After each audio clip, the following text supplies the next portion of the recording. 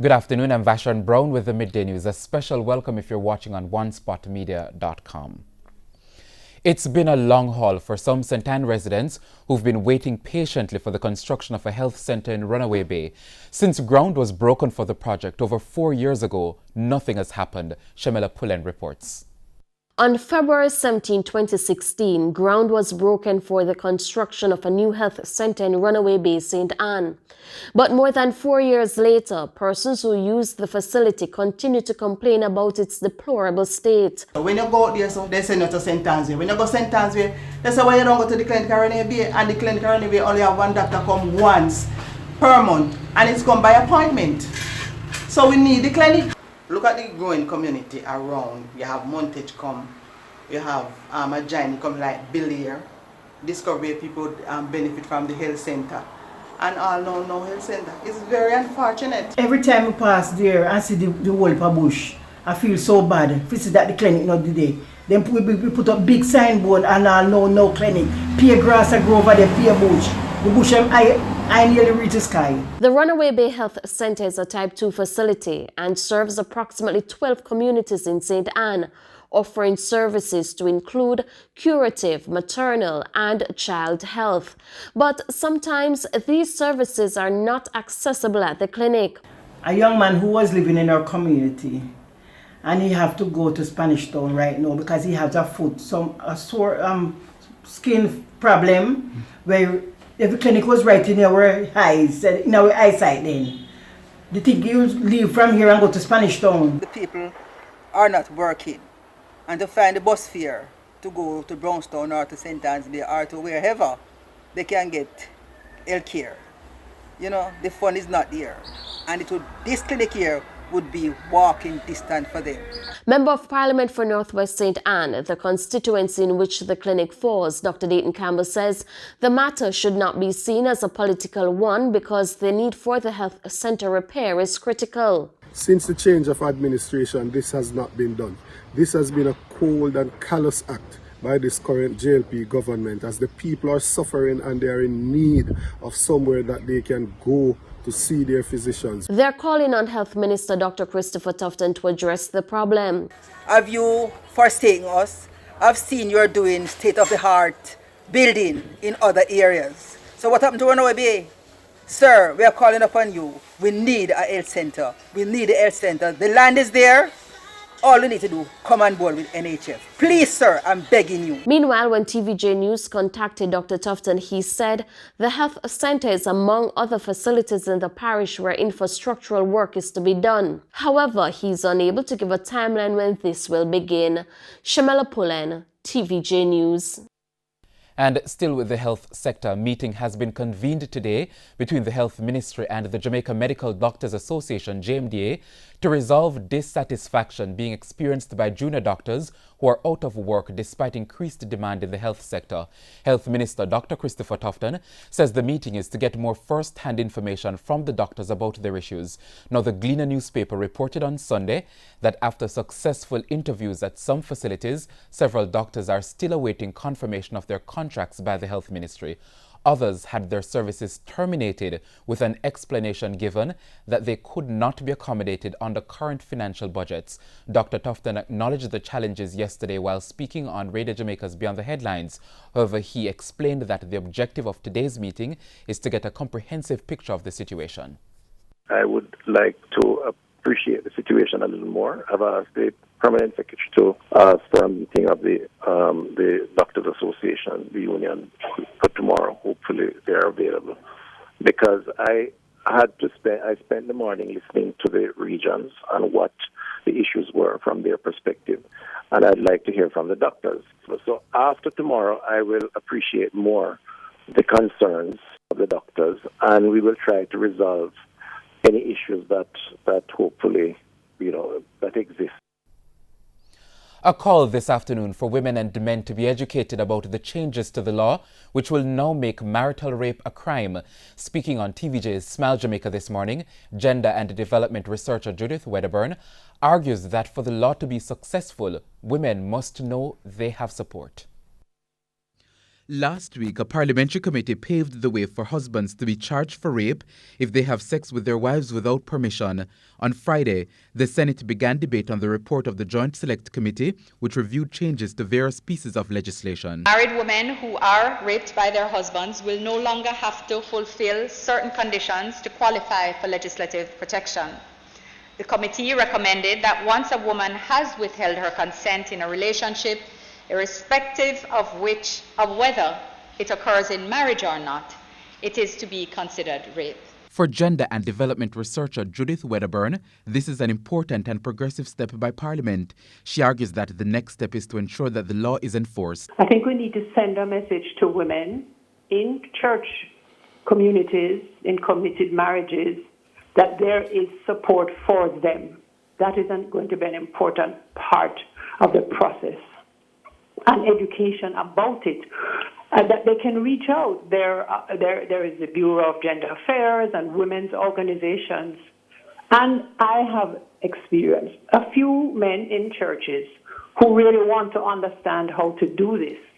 And so they would have to be included in the conversation. But pushback is expected from some religious leaders. Ms. Wedderburn says church leaders may very well argue that women are now in a position to challenge the authority of the husband as head of the household. And that is where I think a woman who is in a committed marriage, but she's also part of a church, and she is committed to that church. So the challenge that she faces in her faith in that space is challenged. So she may feel guilty if she does in fact decide to stand up for her rights, to exercise her right, to protect her body. So she had a word for church leaders. I would say to the religious leaders that the marriage is, vows are taken in a space of love. And in the Christian tradition, the woman may be asking, well, how can a God of love allow this to happen to me? I'm a good Christian, I'm doing what I'm supposed to do, but guess what? Now I have the right to decide when and if I would have sex with my partner.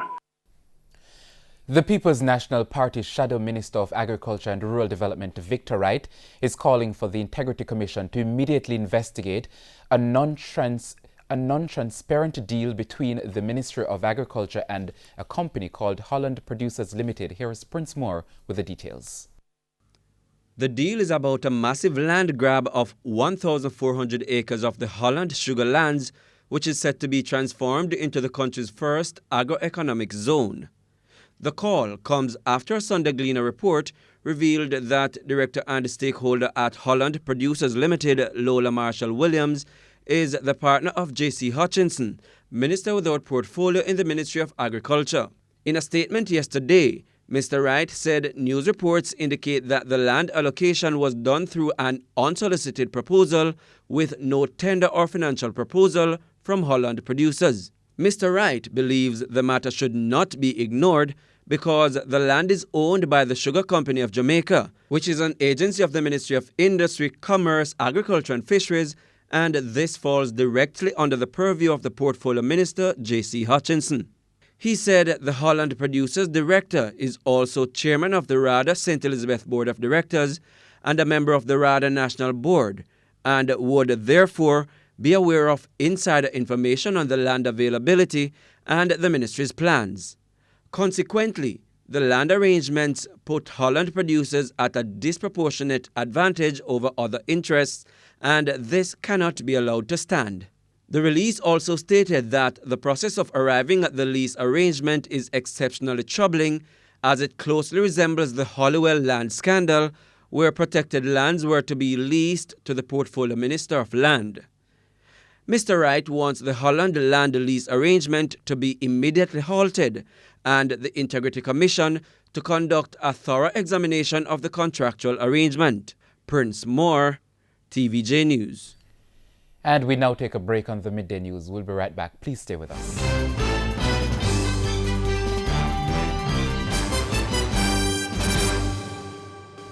Welcome back. Continuing the news. Major crimes, including murder, are down so far this year compared to 2019. The numbers were released by the JCF Statistics and Information Management Unit. But while the overall numbers are trending down, there are still some trouble areas. JCF's year-to-date serious crimes report shows a reduction in all serious crimes between January 1 and July 12, 2020, compared to the same period last year.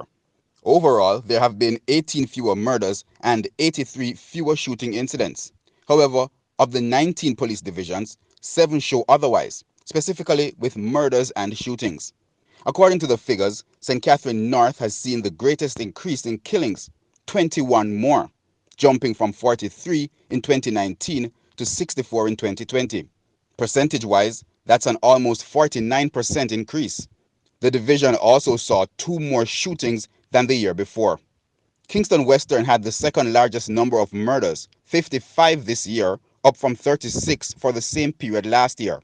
The division also had 13 more shooting incidents. St. Andrew North has had 41 killings, up from 29, St. Anne 38, up from 24, Kingston Central 26, up from 19, and St. Mary and St. Anne both had 4 more killings, jumping from 13 to 17 and 14 to 18 respectively. Among the greatest reductions are Clarendon, which at this time last year had 77 murders.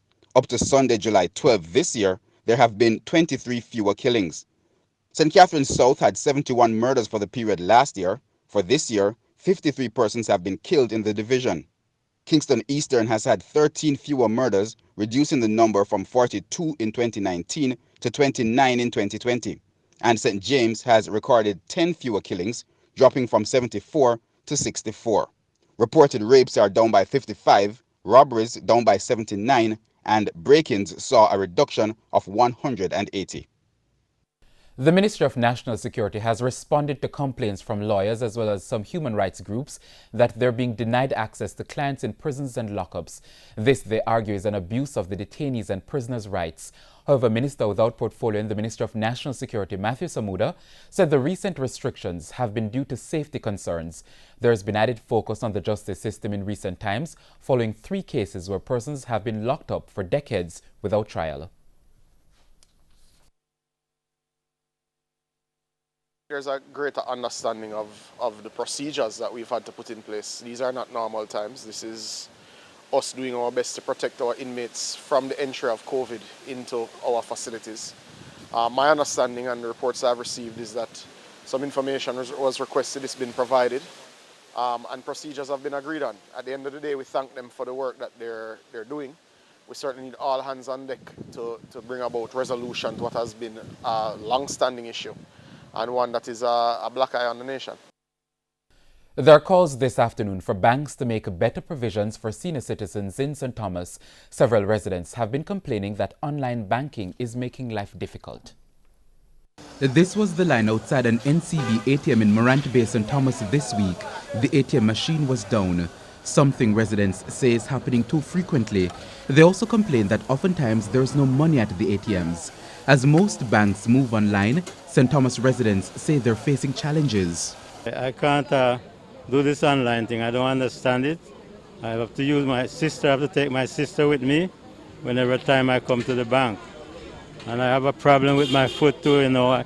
I can't come and stand in this long line. You know, it's a bother to me. I'm not satisfied with the treatment that is meted out at this bank to us as senior citizens. There should be a priority for us that when we come, there is someone who will assist us. Councillor for the White Horses Division, Hubert Williams, says a cashless system cannot work in St. Thomas because of poor internet connection. They can't use St. Thomas as a guinea pig. We are way behind on a lot of things. So this is not one of the things that they should start us with. We first have to get our internet system up to date. We first have to look at how it's going to affect Cedar.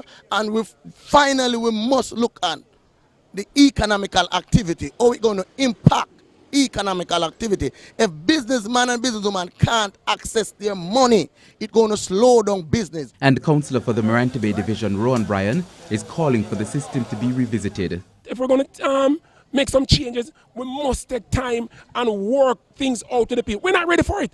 Look at this right now. If it starts raining and now everybody's outside here, where they want to turn? It makes no sense whatsoever. It's about time NCB and all the other banks who are doing this to us need to make proper preparation before they start to do these things to people. Still in St. Thomas, residents of Cedar Valley and neighboring communities are set to benefit from a new bridge that will make it easier for farmers to transport their produce. The bridge is part of the infrastructural development that will come with the South Coast Highway project. They told the TVJ News that despite several years of delay, they're grateful the project is now underway. I must say that I'm grateful and I'm happy for the initiative and for this day to come that we will have such a great thing. And may the Lord blessings be upon this project and that the community will be better off as they transport, as they commute from different locations. It has been a long time coming and we are grateful. We want to thank the Member of Parliament for his effort in making this a reality. And I am sure all the community will join with me to say it has been long overdue. West St. Thomas MP James Robertson, who was on a tour in his constituency, says he believes the parish is now getting the kind of attention it deserves. Mr. Robertson says the project will make the trip from St. Thomas to Kingston easier.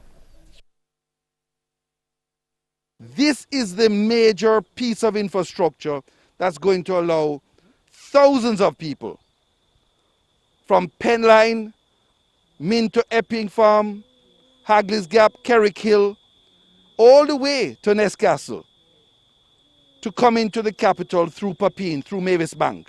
And I don't care what the other 62 MPs feel. At this time, it is a fact. West St. Thomas, for the first time in history, 154 years since our national hero Paul Bogle walked, it is the first time that we as citizens of St. Thomas believe that we are getting a fair share of taxpayers' money. Now, the bridge is expected to cost 180 million Jamaican dollars. 6 more river crossings are to be built across western St. Thomas. We go now to news overseas. The British government has banned Huawei from its 5G telecom network. Telecom operators in the UK must remove Huawei's hardware by 2027.